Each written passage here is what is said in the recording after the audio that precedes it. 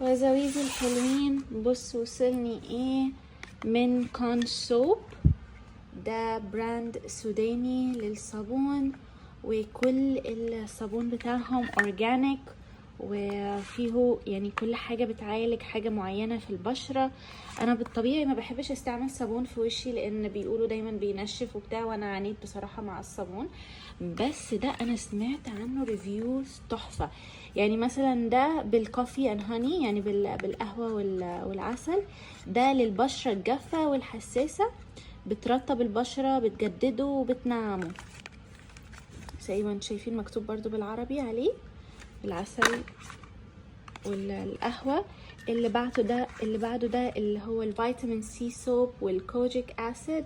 ده unifies skin tone and removes melasma.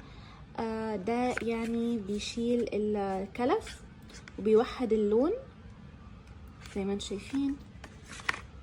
وده بقى تقريبا صابونة الكركم والكوجيك اسيد برضو، اللي هو الترميريك سوب. ده بيشيل بقى الدهون اللي في الوش، اللي هي drying out fats and removes acne. فده بقى لحب الشباب والدهون اللي في البشرة اللي هي الزيادة اللي بتسبب حب الشباب. ده بيعمل على محاربة حب الشباب وتجفيف الدهنيات الزايدة في البشرة. انا متحمسة جدا جدا ان انا استعمل الصابون ده بصراحة، من اللي سمعته عنه يعني 100% organic وناتشرال. فانا بصراحة عايزة استعمل الحاجات دي، وبالذات الكوفي اند هاني، لان انا مبقاش عندي حب شباب حاليا، بس عندي اخويا عنده حب شباب، فممكن اخليه هو يجرب بتاعة حب الشباب دي، وبعد ما يجربها فترة كده اصور لكم قبل وبعد.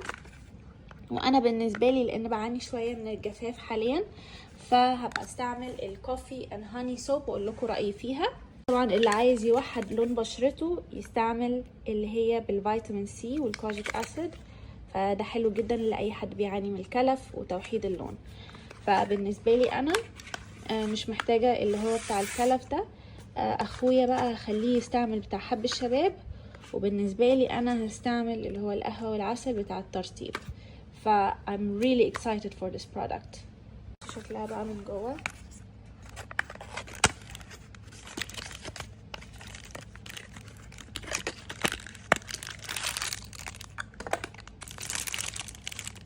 شكلها حلو قوي على فكرة، يعني انا بحب ريحة القهوة قوي، ما بشربهاش بس بحب ريحتها.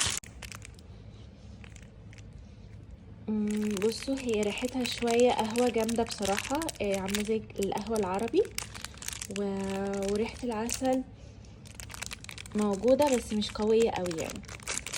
I love this, very nice.